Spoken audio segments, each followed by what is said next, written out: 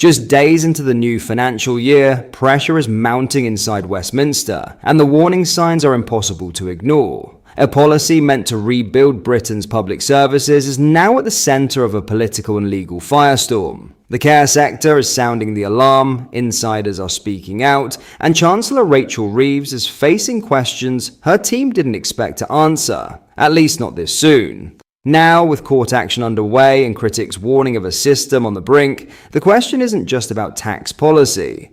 It's about whether Labour's plan is already starting to unravel. Let's unpack what's really going on. But first, hit the like button and subscribe to the channel for more. Just a quick one to say we have new Labour t-shirts available on our website. You can check the link in the description or go to BritishStand.com. A political storm is brewing for Chancellor Rachel Reeves, as her flagship tax policy, meant to bolster public services, is now facing fierce backlash, legal action, and warnings of systemic collapse within the UK's already struggling care sector. Just hours before Labour's national insurance hike is set to take effect, the policy is under fire for what critics call a devastating oversight. Failing to shield private care providers from a tax rise they say could bring the sector to its knees. At the centre of the controversy is Reeves's decision to raise employer contributions to national insurance contributions, NICs, a move she says is necessary to rebuild public services. But for care homes already stretched thin, it's a cost they say they simply can't afford. The new tax burden is set to add nearly £1 billion in annual costs to the care sector alone. £940 million to be precise, according to a study by health charity Nuffield Trust. And now the industry is fighting back. Care England, the leading representative body for private care homes in the UK, has launched a judicial review, a rare and serious legal challenge against the Labour government, accusing it of negligence and short-sightedness. In a statement to The Telegraph, Care England's chief executive, Professor Martin Green, didn't hold back. This judicial review marks a critical moment for adult social care. The decision to increase national insurance contributions without exempting the care sector is a political signal that social care remains an afterthought. Green went on to highlight a deeper, long-standing issue: the damaging divide between the NHS and the social care system. A divide that, he says, has been reinforced for years by poor policy decisions, flawed legislation, and insufficient funding. And he issued a stark warning: when social care crumbles, the NHS follows. The implications of this couldn't be more serious. Many providers warn that the added financial strain could force smaller care homes to shut down entirely, sending vulnerable patients back into an already overstretched NHS system, one that's battling record waiting times and staff shortages. Even within the health sector itself, there are signs of alarm. Julian Kelly, Chief Financial Officer for NHS England, has reportedly warned that Reeves's tax policy could claw back a sizable chunk of the £10.6 billion boost promised to the NHS in Labour's October budget. That's money many expected to be used to hire more nurses, fund frontline services, and help ease pressure on emergency departments and general practice. But instead, according to Shadow Health Secretary Edward Aga, the NHS is being forced to redirect those funds back to the Treasury to cover Labour's own tax hikes. Aga said, Labour's NIC's jobs tax has piled more costs onto the NHS, meaning a huge amount of money that should have gone on improving frontline health services for patients is simply having to go straight back to the Treasury. He added, with Labour, what they give with one hand, they're taking away with the other.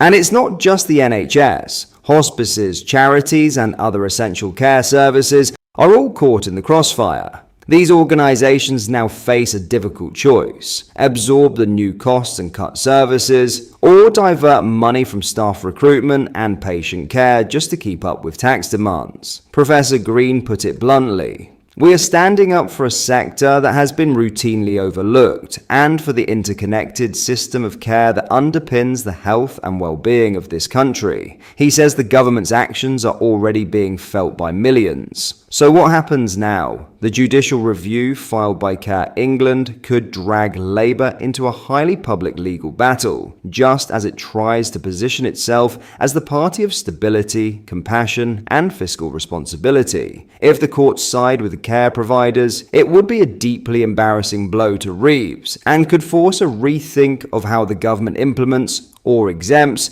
critical sectors from future tax hikes. But even if the courts don't intervene, the political cost may already be taking hold. At a time when Labour was expected to chart a new course, critics say the party is repeating old mistakes, penalising the very institutions that keep Britain's most vulnerable citizens safe, while claiming to fix the system. It's a high-stakes moment for Reeves and Starmer, and it's one that will test whether their economic vision can truly support public services, or whether it will, as some now fear, break them even further. In other news, Sir Keir Starmer has promised to help shelter British business from the storm caused by US tariffs, as he prepares to push for state intervention to support the industries hardest hit by the economic fallout. The Prime Minister vowed to do everything necessary to protect the national interest and safeguard people's jobs.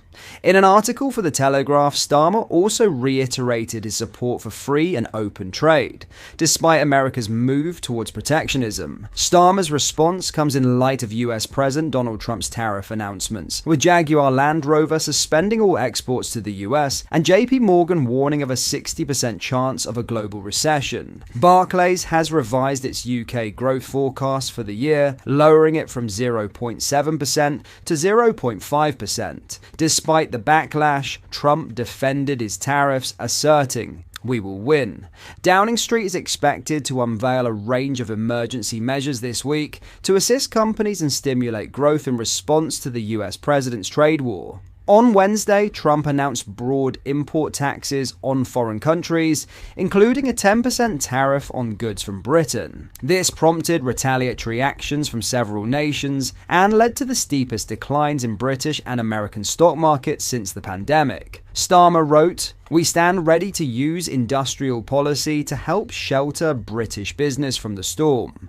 Some people may feel uncomfortable about this. The idea the state should intervene directly to shape the market has often been derided, but we simply cannot cling on to old sentiments when the world is turning this fast." The measures may include emergency reforms to reduce regulatory red tape, along with targeted tax breaks to support struggling sectors.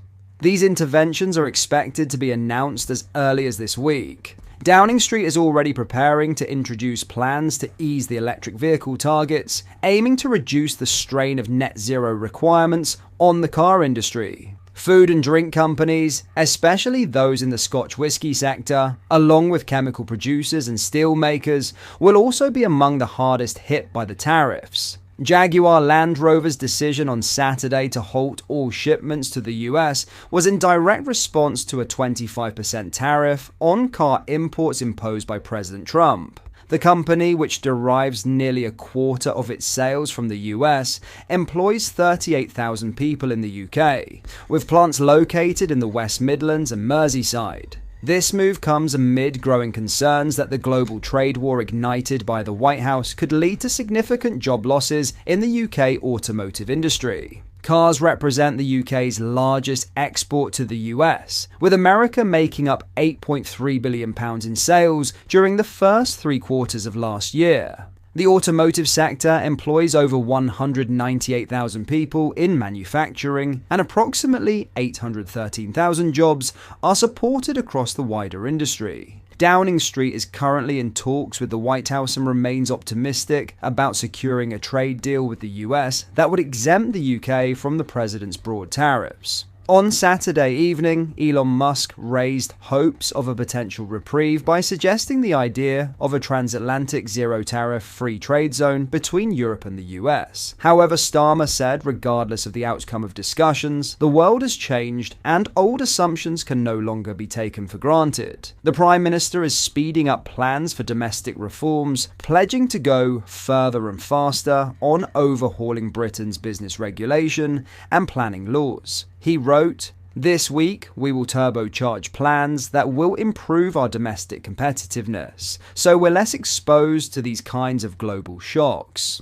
The government will do everything necessary to protect Britain's national interest, because when global economic sands are shifting, our laser focus on delivering for Britain will not. Downing Street has drawn up a 417-page list of US goods it is ready to hit with import taxes, including Harley-Davidson motorbikes and bourbon whiskey. Starmer said that all options remain on the table, but it is believed he aims to avoid retaliatory measures that could further damage British businesses. He cautioned that the UK would be making a grave mistake if it turned its back on free trade, especially as the EU and China prepare to impose counter-tariffs on the US. What are your thoughts on what we discussed in today's video? Let me know down in the comment section below. If you've not yet already, make sure you do drop a like on this video and subscribe to the channel for more British content. Thank you, take care, goodbye.